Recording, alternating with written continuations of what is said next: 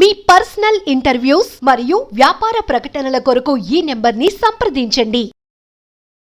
Breaking news చూసుకోవచ్చు. తెలుగు ఇండస్ట్రీలో మరలా కాస్టింగ్ కోచ్ అనేది ఒక కలకలంలో రేపింది. అదేవిధంగా దిగులు మనం చూసుకోవచ్చు. కావ్య తాపర్ ఆ దర్శకుడు ఏమని వేధించాడు, నన్ను కాస్టింగ్ కోచ్లో రమ్మన్నాడు, పక్కలో పడుకుంటే కొన్ని ఆఫర్లు ఇస్తాడు అన్నట్టుగా ఆమె అయితే ఒక సంచలన ఆరోపణలు అయితే చేయడం జరిగింది. అదేవిధంగా ఆమె చూసుకోవచ్చు బిచ్చగాడు, అదేవిధంగా శంకర్ కొన్ని సినిమాల్లో అయితే ఈమె ప్రధాన పాత్రగా పోషించడం జరిగింది. అసలు ఈ కావ్య తాపర్ చెప్పిన ఏ అయితే ఆరోపణలు ఉన్నాయో వాటి మీద మంద మాట్లాడడానికి మా ప్రతినిధి కట్టా కార్తీక్ ఉన్నారు, ఆయనతో మాట్లాడదాం. కార్తీక్ గారు నమస్తే. అంటే కావ్య తాపర్ చేసినటువంటి ఆరోపణలు కొత్తమేమి కాదు, గతంలో కూడా అనేక మంది హీరోయిన్లు సినిమా ఇండస్ట్రీ మీద చేసినాయి.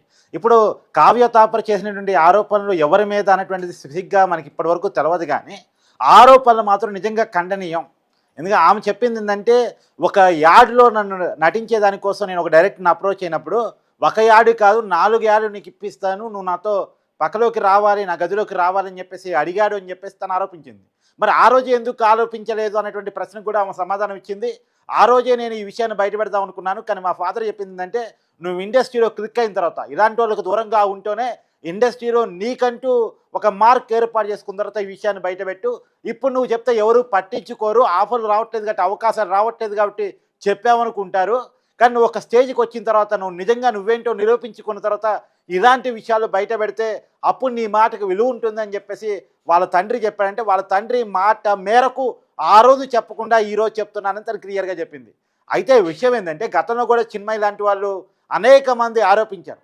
కాకపోతే జనంలో ఉన్నటువంటి ఒపీనియన్ అంటే, అవకాశాలు రానటువంటి వాళ్ళు ఇలా ఆరోపిస్తుంటారని. అవకాశాలు వచ్చి తమంతట తామేంటో నిరూపించుకుని అనేక మంది కూడా ఈ మధ్య ఆరోపిస్తూ ఉన్నారు. ఆ సీనియర్ యాక్టర్స్ నుంచి మొదలుకొని ఇప్పుడు తాఫర్ వరకు, కావ్య తాఫర్ వరకు ఇలా ఆరోపణలు చూడాలి. ఇప్పుడు మొన్న ఈ మధ్య కూడా ఒక సంచలన ఆరోపణ మనం చూసాం. అప్పట్లో ఉన్నటువంటి ఈ క్యారీ వ్యాన్స్లో కూడా సీసీ కెమెరాలు ఉండేవి అని చెప్పేసి, ఆ సీసీ కెమెరాలు మహిళలు బట్టలు మార్చుకునే వీడియోలు చిత్రీకరించి తర్వాత మహిళని బ్లాక్మెయిల్ చేసేవాళ్ళు అని చెప్పేసి కూడా అనేక ఆరోపణలు మనం చూసాం. మలయాళ ఇండస్ట్రీ ఎంత రగిలిపోయిందో మనం చూసాం. మలయాళ ఇండస్ట్రీలో వచ్చినటువంటి రిపోర్ట్ అయితే ఒక సంచలనంగా మరి సినిమా ఇండస్ట్రీని షేక్ చేసి పడేసింది. సో కాబట్టి ఇలాంటి ఆరోపణల మీద ఖచ్చితమైనటువంటి చర్యలు అవసరం. కాకపోతే ఆమె డైరెక్టర్ ఎవరన్న విషయాన్ని బయట పెట్టలేదు, కానీ బయట పెట్టాలని చెప్పేసి సినిమా ప్రేమికులు కోరుకుంటున్నారు. కార్తీక్ ఒక విషయం, ఇప్పుడు ఈ విషయాలు ఈ ఆరోపణలు ఒక డైరెక్టర్ మీద ఎవరి మీద చెప్తుందో, మళ్ళీ ఆ డైరెక్టర్ వల్ల ఏమకి ఎటువంటి ఇబ్బందులు ఏమి ఉండవంటారా ఇండస్ట్రీలో? మళ్ళీ నేను అనుకుంటే ఆ పేరు బయట పెట్టకపోవడానికి కూడా కారణం ఒకటి, జరిగి కొన్ని సంవత్సరాలు కావటం. ఇప్పుడు దానికి సంబంధించినటువంటి ఆధారాలు తీసుకొచ్చి చూపించడం అనేటువంటిది కొద్దిగా అసాధ్యమైన పని కాబట్టి ఆ దర్శకుడి పేరు బయట పెట్టలేదు అనుకోవచ్చు. లేదు అంటే మీరు అన్నట్టు ఒకవేళ పేరు బయట పెడితే రేపు ఆ సినిమాలో అవకాశాలు రాకుండా చేస్తాడు, ఇబ్బంది పెడతారు, ఆ సినిమా ఇండస్ట్రీ కొంత కలివిడిగా ఉంటుంది, పెద్ద డైరెక్టర్ల వైపు, పెద్ద హీరోల వైపు, పెద్ద ప్రొడ్యూసర్ల వైపే సినిమా ఇండస్ట్రీ మొగ్గుంటుంది, సామాన్యుల వైపు ఒక రకమైనటువంటి ఒక స్థాయి ఆర్టిస్టులని చెనుచూపు చూస్తూ ఉంటారనేటువంటి ఒక ఫీలింగ్ కావచ్చు. ఆ ఫీలింగ్ వల్ల తను ఆ డైరెక్టర్ పేరు బయట పెట్టలేదు అన్నది తెలియదు, కానీ మొత్తానికి తాము చేసినటువంటి ఆరోపణలు మాత్రం చర్చనీయాంశం. సరే, తను నేనేమనంటే బహిరంగంగా ఆ పేరు బయట పెట్టకపోయినా సినిమాల్లో కమిటీలు ఉన్నాయి, ఖచ్చితంగా ఛాంబర్స్ ఉన్నాయి, ఫిలిం ఛాంబర్స్ ఉన్నాయి. తను తమిళ ఇండస్ట్రీకి సంబంధించిన డైరెక్టరా, తెలుగు ఇండస్ట్రీకి సంబంధించిన డైరెక్టర్? ఎందుకంటే కావ్య తాపర్ 2-3 రకాల సినిమాల్లో నటించారు, అంటే 2-3 ఇండస్ట్రీలో నటించింది. తమిళ ఇండస్ట్రీలో, తెలుగు ఇండస్ట్రీలో, ఈవెన్ దో మలయాళ ఇండస్ట్రీలో, తనకి 3 ఇండస్ట్రీలో కూడా తను నటించింది. కాబట్టి ఏ డైరెక్టర్ని ఉద్దేశించి అన్నది, ఏ యాడ్కి సంబంధించి అన్నది, ఏ సినిమాకి సంబంధించి అన్నది కూడా మనకు తెలియాల్సిన అవసరం ఉంది. కాబట్టి ఏ ఇండస్ట్రీలో ఆ డైరెక్టర్ ఉంటాడో ఆ ఇండస్ట్రీలో అటువంటి ఫిలిం ఛాంబర్కి కానీ లేదా కమిటీలకు కానీ ఫిర్యాదు చేస్తే అక్కడ విచారం జరిగి నిజ నిజాలు బయటకు వచ్చే అవకాశం ఉంటుంది కదా అన్నటువంటిది నా అభిప్రాయం. అంటే ఒకటి కార్తీక్ ఒకటి, ఇప్పటికి కూడా కాస్టింగ్ కౌచ్ అనేది తెలుగు పరిశ్రమలో జరుగుతుందంటారా? అంటే ఒక తెలుగు పరిశ్రమ కాదు, హాలీవుడ్ నుంచి, బాలీవుడ్ నుంచి, టాలీవుడ్ నుంచి, మన తమిళనాడు లేదా మలయాళం, ఏ ఇండస్ట్రీ చూసినా ఇలాంటి ఆరోపణలు ఉన్నాయి. ఈ ఒక్క ఇండస్ట్రీ, తెలుగు ఇండస్ట్రీని మాత్రం అంటానికి లేదు. కాదే తెలుగు ఇండస్ట్రీలో ఇప్పటికే తెలుగు అమ్మాయిలు రావట్లేదు అవకాశాల కోసం. ఎందుకంటే ఇలాంటివి ఉంటాయని పేరెంట్స్ కూడా తెలుగు హీరోయిన్స్గా లేదా క్యారెక్టర్ ఆర్టిస్ట్గా మన అమ్మాయిని సపోర్ట్ చేయట్లేదు. ఈ మధ్యలో కొద్దిగా తెలుగు అమ్మాయిల శాతం పెరుగుతుంది. గతంలో అయితే తెలుగు అమ్మాయిలు అసలు మన ఇండస్ట్రీకి వచ్చే వాళ్ళే కాదు. తెలుగు ఇండస్ట్రీలో ఇప్పుడు చూడండి, తెలుగు ఇండస్ట్రీలో ప్రముఖ హీరోయిన్స్గా ఉన్న వాళ్ళంతా కూడా అయితే తమిళియన్స్ లేదా కన్నడియన్స్, లేదు అంటే మలయాళీ పరిశ్రమకు సంబంధించినటువంటి వాళ్ళు. మన తెలుగు అమ్మాయిలు మన కాడ పెద్ద హీరోయిన్స్గా ఎదిగినటువంటి వాళ్ళు చాలా వేల మీద చెప్పుకోవచ్చు ఒక రకంగా చెప్పాలంటే. కాబట్టి మన అమ్మాయిలు తెలుగు సినిమా పరిశ్రమలో ఎదగాలంటే, అంటే విజయశాంతి లాగా కావాలి అంటే, లేడీ సూపర్ స్టార్ స్థాయికి మన అమ్మాయిలు ఎదగాలి అంటే ఖచ్చితంగా సినిమా ఇండస్ట్రీ బాగుంది, అమ్మాయిలకి రక్షణగా ఉంది, ఎలాంటి వివక్ష లేదు, ఎలాంటి కాస్టింగ్ కౌశ లేదు అనేటువంటి ఒక క్లీన్ ఇమేజ్ ఇండస్ట్రీకి అవసరం. ఆ క్లీన్ ఇమేజ్ని ఇండస్ట్రీ పొందడం కోసం, నిలబెట్టుకోవడం కోసం కఠినమైనటువంటి చర్యలు అవసరం అని చెప్పేసి సినిమా ప్రేమికులు భావిస్తున్నారు.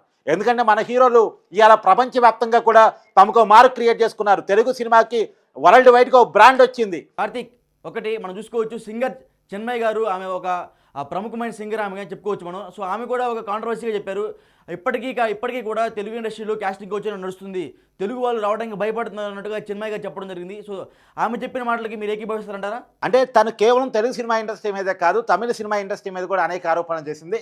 సరే, చిన్మయ్య ఆరోపణల విషయంలో కొంత ఉంటుంది, ఎందుకంటే ఆమె కాంట్రవర్సీలో ఎప్పుడు ఉండే వ్యక్తి. ఆమె ఆరోపణలు నిజమైతే ఇండస్ట్రీలో ఎన్ని కంప్లైంట్ ఇచ్చింది, ఫిలిం ఛాంబర్కి లెటర్ రాసిందా, కంప్లైంట్ ఇచ్చిందా, అవన్నీ కూడా చెక్ చేసుకోవాల్సి ఉంది. ఇప్పుడు మహిళల కోసం కూడా స్పెషల్ కమిటీస్ ఉన్నాయి, తెలుగు ఇండస్ట్రీలో ఉన్నాయి, తమిళ ఇండస్ట్రీలో ఉన్నాయి, మలయాళ ఇండస్ట్రీలో ఉన్నాయి. మరి అక్కడ ఏమైనా కంప్లైంట్ చేసిన తర్వాత న్యాయం జరగకపోతే బయట చెప్తున్నారా, ఇవన్నీ కూడా మనం చెక్ చేసుకోవాల్సి ఉంది. కానీ ఏది ఏమైనా సినిమా ఇండస్ట్రీ మీద సహజంగా ఉండే అపవాదం ఏంటంటే ఇక్కడ మహిళలకి రక్షణ తక్కువ, అక్కడ మహిళలని ఇష్టారాజ్యంగా వాడుకుంటూ ఉంటారు, అవకాశాల కోసం లొంగ తీసుకుంటూ ఉంటారు అని చెప్పేసి ఇప్పటికే అనేక ఆరోపణలు, అనుమానాలు, పచ్చికించే అనుమానాలు ఇండస్ట్రీ మీద ఉంటాయి. అనుమానాలకు తావు లేకుండా ఇండస్ట్రీ పారదర్శకంగా ఉండాల్సినటువంటి అవసరం అయితే ఉంది. కాబట్టి ఇలాంటి వాటికి తావు లేకుండా సినిమా ముందుకెళ్ళాలి. ఎందుకంటే తెలుగు సినిమాకు బ్రాండ్ ఇమేజ్ వచ్చింది. ఇప్పుడు మనం ఈ మధ్య రాజమౌళి తీసినటువంటి బాహుబలి 1, 2 తర్వాత RRR తర్వాత ఈ మధ్య పాన్ ఇండియా స్టార్లుగా మన హీరోలు ఎదుగుతున్న తర్వాత ఇప్పుడు అల్లు అర్జున్ కావచ్చు, పవన్ కళ్యాణ్ కావచ్చు, రామ్ చరణ్ కావచ్చు, జూనియర్ ఎన్టీఆర్ కావచ్చు, మహేష్ బాబు కావచ్చు, వీళ్ళ స్థాయి పాన్ ఇండియా లెవెల్లో పెరుగుతుంది. అంటే తెలుగు సినిమా స్థాయి అనేటువంటిది పాన్ ఇండియాగా పోయింది, వరల్డ్ వైడ్గా కూడా పోతుంది. ఈ టైంలో ఇలాంటి ఆరోపణలు కరెక్ట్ కాదు అన్నటువంటిది.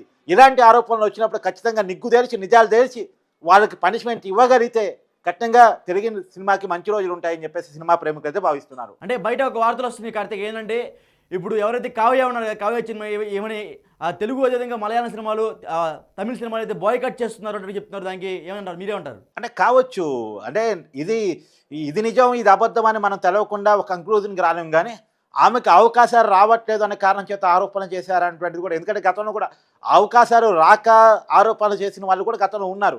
కాకపోతే ఏంటంటే తన వైపు నిజం ఉంటే, తన వైపు ఆధారాలు కనుక ఉంటే ఫిలిం కమిటీలకు ఇవ్వాలి. లేదు అంటే ఫిలిం కమిటీలు న్యాయం చేయట్లేదు, ఫిలిం ఛాంబర్ న్యాయం చేయట్లేదు, సినిమా పెద్దలు పట్టించుకోవట్లేదు అన్నప్పుడు కనీసం పోలీస్ కేసు నమోదు చేయాలి.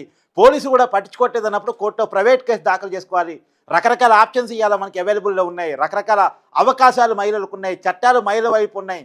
కాబట్టి ఇలాంటి ఆరోపణలు బహిరంగంగా చేసినా చేయకపోయినా దాంతో నీడి లేకుండా తను కనుక పోలీస్ కేసో, ప్రైవేట్ కేసో, లేదా కనీసం ఫిలిం ఛాంబర్ దగ్గర కేసో పెట్టగలిగితే తప్ప ఇలాంటి మహిళలు రేపు ఈ కామెంట్స్ వల్ల రేపొద్దున రావాలనుకున్నటువంటి తెలుగు మహిళలు, తమిళ మహిళలు ఆ ఇండస్ట్రీకి రావాలంటే భయపడే పరిస్థితి ఉంటుంది. అమ్మో మాకు అవకాశాలు రావేమో, మమ్మల్ని అవకాశాలు ఇవ్వాలంటే లొంగమని అడుగుతారేమో అనేటువంటి ఒక భయం ఉంటుంది.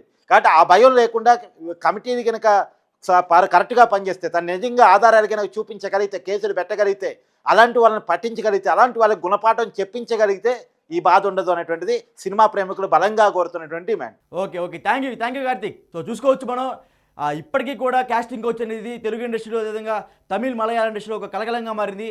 నటి కావ్య చేసిన ఈ ఆరోపణలు నిజమా అబద్ధం అనేది తెలుగు, మలయాళ, అదేవిధంగా కన్నడ ఇవన్నీ చిత్రాల్లో ఎవరైతే నడుస్తున్నారో ప్రతి ఒక్కరికి ఇది ఒక ఆరోపణలకి సమస్యగా మారిపోయింది. సో ఈమె చేసిన ఆరోపణలు ఏవైతే ఉన్నాయో అవన్నీ వాస్తవాలు అనేది ఇంకా తెలియాల్సి ఉంది.